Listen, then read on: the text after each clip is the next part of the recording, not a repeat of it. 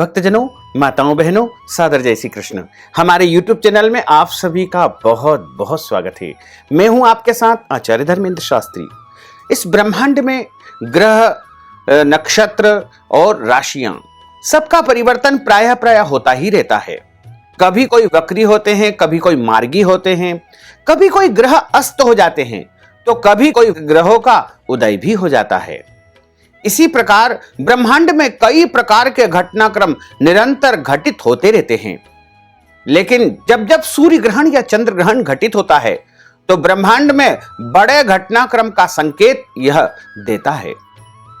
सूर्य ग्रहण और चंद्र ग्रहण ब्रह्मांड की बड़ी घटनाएं हैं और इन घटनाओं का घटना मनुष्य के ऊपर, जीव जंतुओं के ऊपर और पृथ्वीवासियों के ऊपर और अन्य सभी के ऊपर विशेष प्रभाव अवश्य ही डालता है, क्योंकि ब्रह्मांड में होने वाली प्रत्येक घटना का असर इस पिंड के ऊपर अवश्य ही होता है। यद ब्रह्मांडे तत्पिंडे, तत्पिंडे यद ब्रह्मांडे, अर्थात ब्रह्मांड में होने वाली घटना का असर इस पिंड यानी शरीर के ऊपर अवश्य ही होगा। इसके अलावा पृथ्वी पर जो भी निवास करते हैं उन सभी के ऊपर इसका असर दिखाई देने लगता है।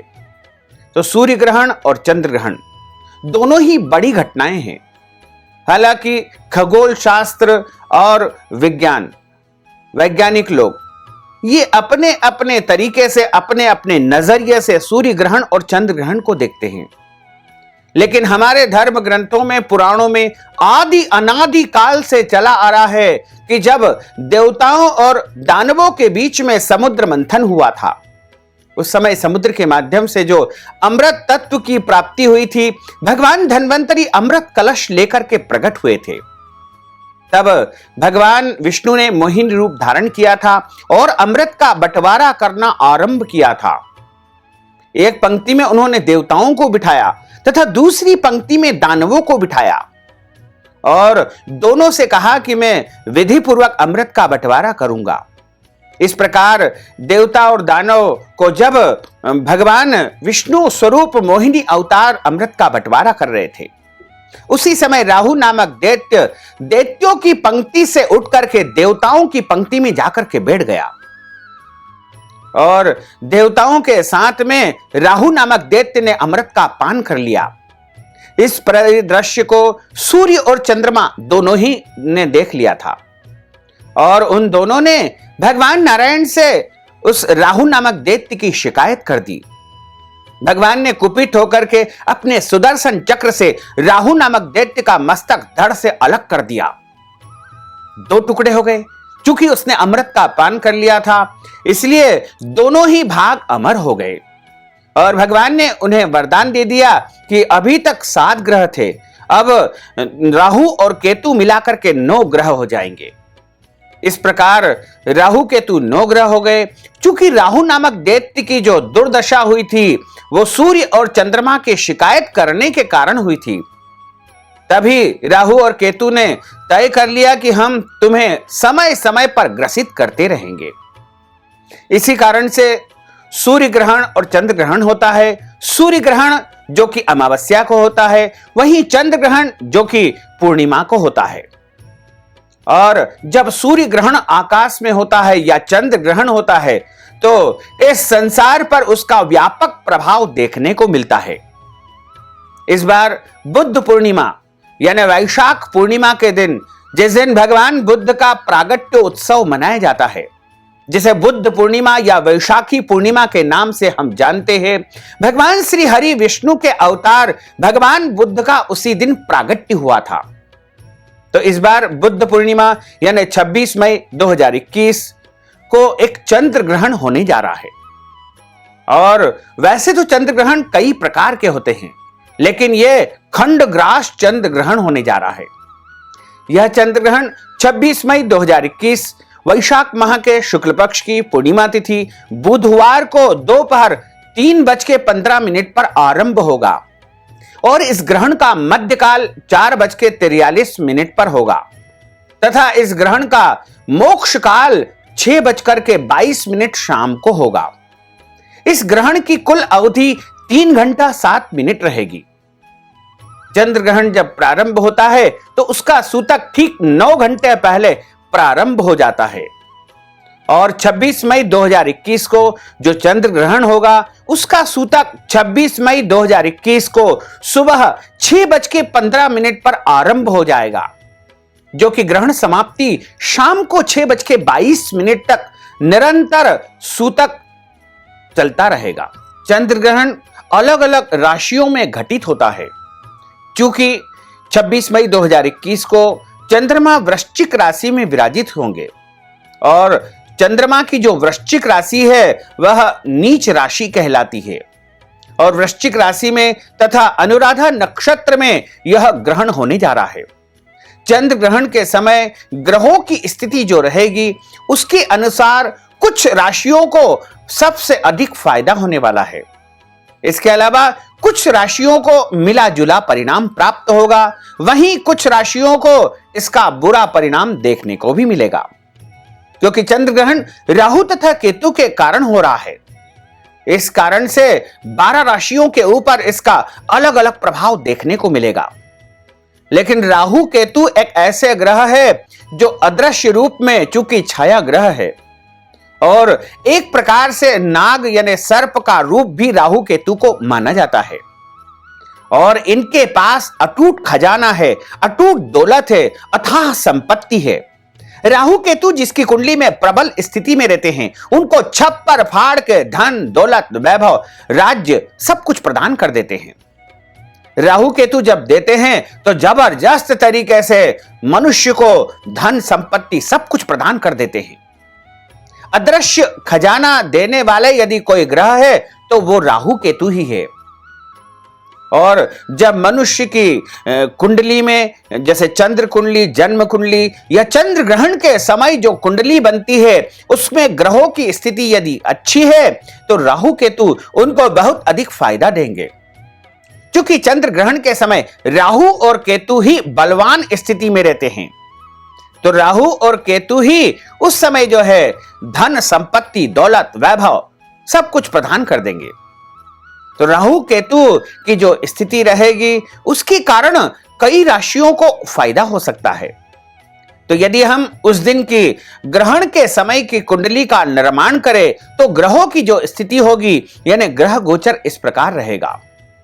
और इस दिन यदि हम देखें तो ग्रहों के राजा सूर्यदेव वृषभ राशि में होंगे, वहीं चंद्रमा अपनी नीच राशि वृश्चिक में विराजित रहेंगे तथा मंगल ग्रह मिथुन राशि में, बुध मिथुन राशि में, देवगुरु बृहस्पति जो कि कुंभ राशि में, शुक्र वृषभ राशि में और शनिदेव वक्री होकर के मकर राशि में रहेंगे।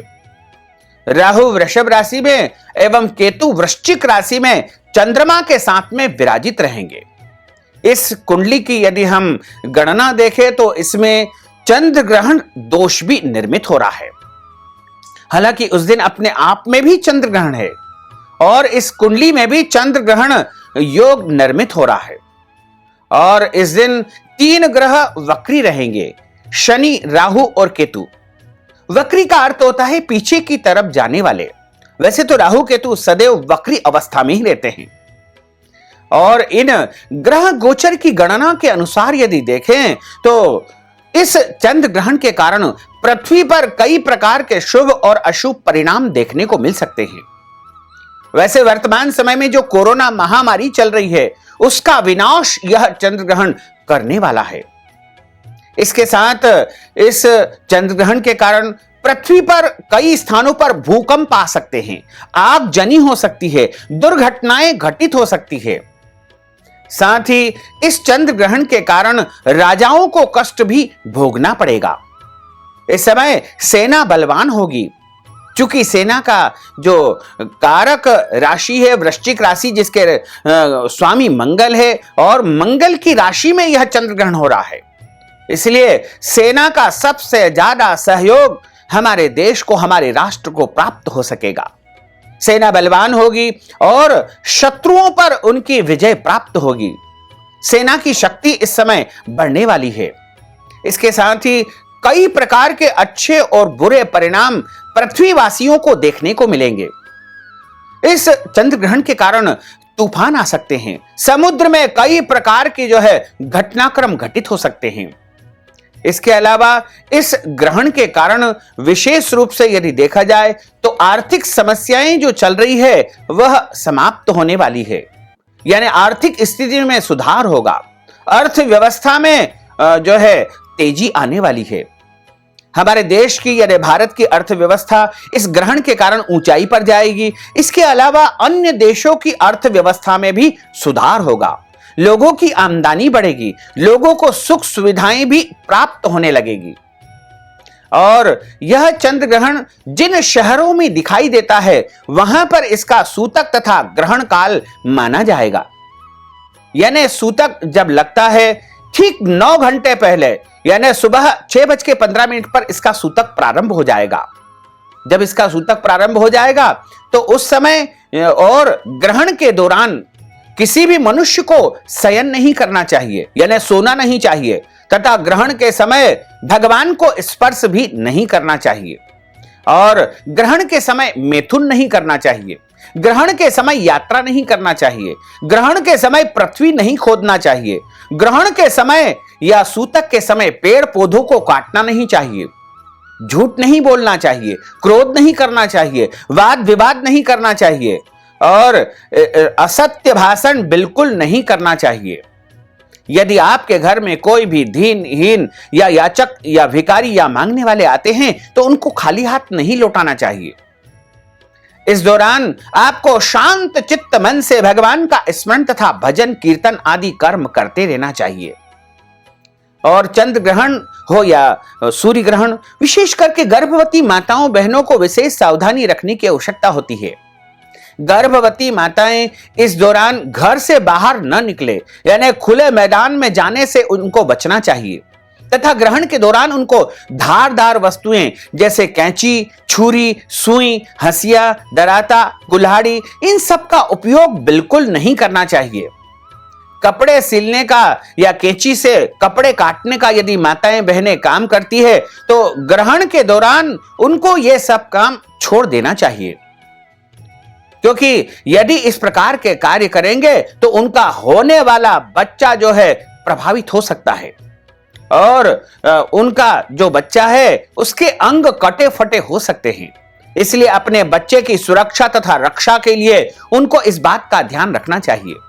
ग्रहण के दौरान उनको भगवान का भजन तथा स्मरण करते रहना चाहिए, और इस समय जो है उनको विशेष रूप से ध्यान साधना या फिर भगवान के मंत्रों का जाप करते रहना चाहिए, ताकि उनके बच्चे के ऊपर किसी भी प्रकार का कोई बुरा असर नहीं हो। और यदि संभव हो तो अपने पेट यानी उदर के ऊपर थोड़ा सा गेरू लगा सकते हैं, हल्दी लगा सकते हैं, चंदन लगा सकते हैं, या फिर गोमूत्र गोबर भी अपने पेट के ऊपर लगा सकते हैं। तुलसी और कुशा भी अपने पास रखेंगे या फिर नारियल अपने पास रखेंगे तो उनके बच्चे के ऊपर किसी भी प्रकार का दुष्प्रभाव नहीं होगा। सूतक काल के दौरान और ग्रहण के दौरान भोजन का निर्माण नहीं करना चाहिए, और भोजन बनाना भी और खाना भी नहीं चाहिए।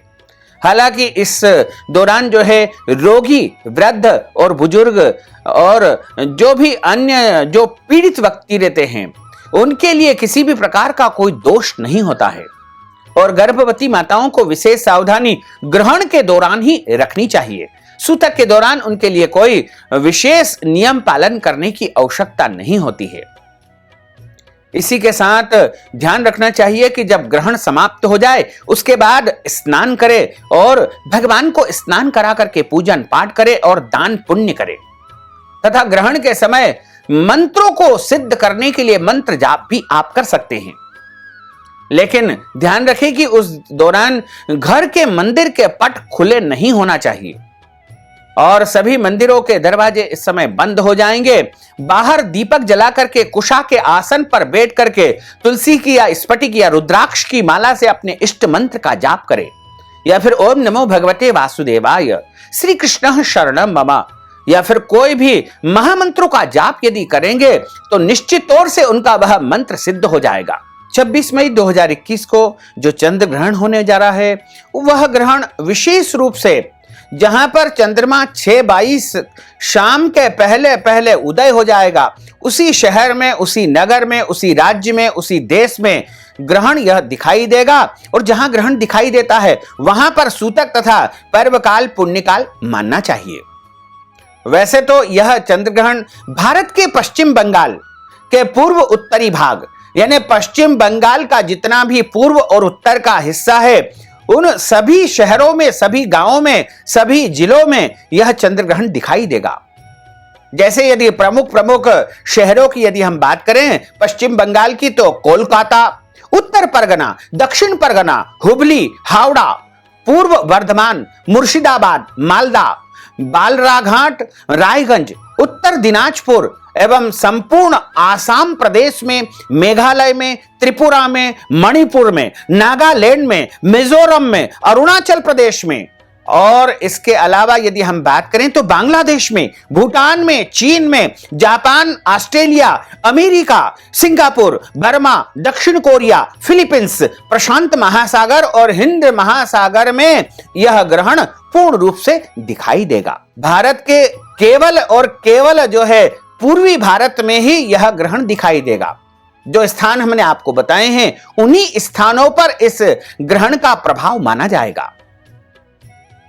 बाकी स्थानों पर आपको इस ग्रहण के बारे में किसी भी प्रकार का कोई नियम पालन करने की बिल्कुल आवश्यकता नहीं है, डरने की बिल्कुल भी आपको आवश्यकता नहीं है, घबराने की आपको बिल्कुल भी आवश्यकता नहीं है। वैसे तो ग्रहण का जो राशिफल रहेगा वह सभी मनुष्यों को प्रभावित करेगा। तो यदि हम राशि के अनुसार गणना करें तो राहु केतु इन 6 राशियों को सबसे अधिक धन दौलत प्रदान करने वाले हैं। और ये 6 राशियों में सबसे पहली राशि यदि आती है तो वो वृषभ राशि आती है। वृषभ राशि को अपनी पत्नी के माध्यम से धन दौलत वैभव की प्राप्ति होगी। रुका हुआ पैसा इनको प्राप्त हो सकता है। अचानक अनायास इनके जो है धन प्राप्ति के अवसर इनको मिल सकते हैं, पदोन्नति हो सकती है। इसके अलावा कई रहस्यमय तरीके से वृषभ राशि वालों को इस ग्रहण के कारण फायदा हो सकता है। इसके बाद जो दूसरी राशि आती है वो है मिथुन राशि। मिथुन राशि वालों को इस ग्रहण के कारण जो है रुका हुआ पैसा तो मिलेगा, इसके अलावा उनकी आमदनी बढ़ सकती है और जो काम करते हैं, जो व्यापार करते हैं, उसमें उनको अच्छा लाभ मिलने का अवसर प्राप्त होगा। इसके अलावा कई प्रकार से उनको जो है धन लाभ होगा, मान सम्मान पद प्रतिष्ठा का योग उनके लिए बन सकता है। इसके अलावा उनके घर परिवार में शुभ और मांगलिक कार्यक्रम की योजना भी बन सकती है। मिथुन राशि वाले जो काम करने का बहुत दिनों से सोच रहे हैं उसमें उनको अच्छा फायदा होगा और उनके द्वारा कोई ऐसा कार्य होगा जिससे आगे चल करके उनको बहुत अधिक फायदा हो सकता है। इसके बाद तीसरी जो राशि है वो है कर्क राशि। और कर्क राशि वालों की यदि हम बात करें तो उनके लिए जो है संतान से फायदा होने का योग बन रहा है, यानी उनकी संतान की उन्नति होगी और संतान के माध्यम से धन लाभ हो सकता है। इसके अलावा संतान की शिक्षा में उन्नति होगी और इनकी आमदनी के स्रोत एक से अधिक हो सकते हैं। इनका कर्ज समाप्त हो सकता है और जो काम बहुत दिनों से करने का सोच रहे हैं वह कार्य इनका संपन्न होने वाला है और उसके माध्यम से भी इनको अच्छा फायदा हो सकता है। इसके बाद अगली राशि आती है कन्या राशि। कन्या राशि वालों को भाई बंधुओं से, परिवारजनों से अच्छा फायदा हो सकता है। इनको पैतृक संपत्ति मिलने का योग बन रहा है। माता पिता या मामा पक्ष की कोई संपत्ति है तो वो भी इनको प्राप्त हो सकती है। इसके अलावा इनके द्वारा कोई ऐसा काम किया जाएगा जिससे इनको अचानक अनायास बड़े धन लाभ का अवसर इनको प्राप्त होगा। नई नौकरी, नई जिम्मेदारी इनको प्राप्त होने वाली है। वर्तमान कार्य में इनको अच्छी ऊंचाई प्राप्त होने वाली है। इसके बाद अगली राशि आती है मकर राशि। मकर राशि वालों के आमदनी के एक से अधिक स्रोत निर्मित होने वाले हैं, यानी सबसे अधिक यदि कोई फायदा होने वाला है तो वो मकर राशि वालों को होगा। और मकर राशि वालों को राहु केतु छप्पर फाड़ के धन दौलत वैभव सुख शांति समृद्धि सब कुछ इस ग्रहण के बाद प्रदान करने का योग बन रहा है। यानी मकर राशि वालों को पारिवारिक उन्नति होगी, आर्थिक रूप से उन्नति होगी, सामाजिक प्रगति भी होगी। और यदि नौकरी कर रहे हैं, व्यवसाय कर रहे हैं या कोई काम शुरू कर रहे हैं तो उसमें भी इनको अच्छा फायदा होगा। इसके बाद अगली राशि आती है कुंभ राशि। कुंभ राशि वाले व्यक्ति यदि बेरोजगार है तो उनको नया रोजगार प्राप्त होने वाला है। यदि वो व्यापार करते हैं तो वहां पर उनको नया सौदा मिल सकता है और व्यापार में एक नई ऊंचाई उनको देखने को मिलेगी। इसके अलावा उनको शेयर बाजार, शेयर मार्केट के अलावा उनको लॉटरी या अदृश्य रूप से या अचानक अनायास धन प्राप्ति का योग कुंभ राशि वालों को बनने का योग बन रहा है। इस प्रकार इन 6 राशि वालों को इस चंद्र ग्रहण से सबसे अधिक फायदा होने का योग बन रहा है। और अगली जो राशियां हैं जिनको मिश्रित फल प्राप्त होगा वो है तुला और मीन राशि। इनको मिले जुले परिणामों की प्राप्ति होने का योग बन रहा है। इसके बाद जो मेष, सिंह, वृश्चिक और धनु, ये 4 राशियां हैं, इनको थोड़ा जो है खराब फल मिलेगा। इन राशि वालों को मानसिक तनाव और दबाव की स्थिति निर्मित हो सकती है और कई प्रकार के जो है रोग इनको परेशान कर सकते हैं। इसके अलावा इनको जो है घर परिवार में भी तनाव महसूस होगा, आर्थिक तंगाई ये महसूस करेंगे और मित्रों से भी इनके वैचारिक मतभेद उत्पन्न हो सकते हैं। इनके काम बनते बनते अचानक अटक जाएंगे। शुभ और मांगलिक कार्यक्रमों में रुकावट होने का योग बन रहा है। यदि चंद्र ग्रहण से सभी राशि वाले अच्छा फल प्राप्त करना चाहते हैं, यानी जिनकी कुंडली में या जिनकी राशि में अच्छे परिणाम प्राप्त हो रहे हैं और भी शुभ फल चाहते हैं, या फिर जिनकी कुंडली में मिश्रित परिणाम मिलने का योग बन रहा है, या फिर जिनकी कुंडली में इस चंद्र ग्रहण के कारण बुरे प्रभाव देखने को मिल रहे हैं, उनको सबसे अति उत्तम उपाय यह रहेगा कि चंद्र ग्रहण, चूंकि चंद्रमा के जो अधिष्ठाता देवता है वह भगवान भोलेनाथ है, और इस ग्रहण के दौरान एक दीपक जला करके पूर्व दिशा में मुख करके कंबल के आसन के ऊपर या कुशा के आसन के ऊपर बैठ करके ओम नमः शिवाय इस महामंत्र का आपको कम से कम 5 माला जाप करना चाहिए। इस जाप को करने के बाद में आसन के नीचे जल छोड़ करके अपने दोनों नेत्रों से तथा तिलक स्थान पर लगा लीजिएगा और ध्यान लगा करके आंख बंद करके भोले बाबा का स्मरण करिएगा तथा भोले बाबा से हाथ जोड़ करके प्रार्थना करिएगा कि हे प्रभु, हे दीनानाथ, हे भोले भंडारी, हमारे कुंडली में, हमारे ग्रहों में, हमारी जन्म कुंडली में, हमारी चंद्र कुंडली में या हमारी जो भी कुंडली निर्मित हो रही है या चंद्र ग्रहण के कारण हमें जो बुरे परिणाम प्राप्त होने वाले हैं उनसे हमें बचाइएगा, हमारी रक्षा कीजिएगा और हमारे घर परिवार को सुखी रखिएगा, शांति प्रदान करिएगा और सभी लोग सुखी रहें, स्वस्थ रहें। इस प्रकार आप भगवान भोलेनाथ से यदि सच्चे दिल से, सच्चे मन से प्रार्थना करेंगे तो निश्चय ही आपकी पुकार को सुन लेंगे और आपको अच्छे परिणाम वो प्रदान कर देंगे। तो भक्तजनों, माताओं, बहनों, हमने आपको 26 मई 2021 को होने वाले चंद्र ग्रहण के विषय में संपूर्ण जानकारी प्रदान की है। यदि कोई और जानकारी आपके मन में है या कोई जिज्ञासा है तो आप कमेंट बॉक्स में अवश्य लिखिएगा। हम आपको जवाब अवश्य ही कमेंट बॉक्स के माध्यम से प्रदान करेंगे। साथ ही यदि आप ग्रहण के निमित्त कोई दान पुण्य करना चाहते हैं तो आप हमारे पेटीएम के माध्यम से, गूगल पे के माध्यम से, फोन पे के माध्यम से, अकाउंट नंबर के माध्यम से नगद राशि पहुंचा करके चंद्र ग्रहण का पूरा पुण्य लाभ प्राप्त कर सकते हैं। साथ ही आपसे अनुरोध है कि हमारे इस ज्ञानवर्धक वीडियो को अधिक से अधिक लोगों को शेयर करिएगा, लाइक करिएगा, कमेंट करिएगा और यदि अभी तक आपने सब्सक्राइब नहीं किया तो अभी और इसी समय सब्सक्राइब अवश्य कर लीजिए। आपको और आपके पूरे परिवार को सादर जय श्री कृष्ण, सादर धन्यवाद।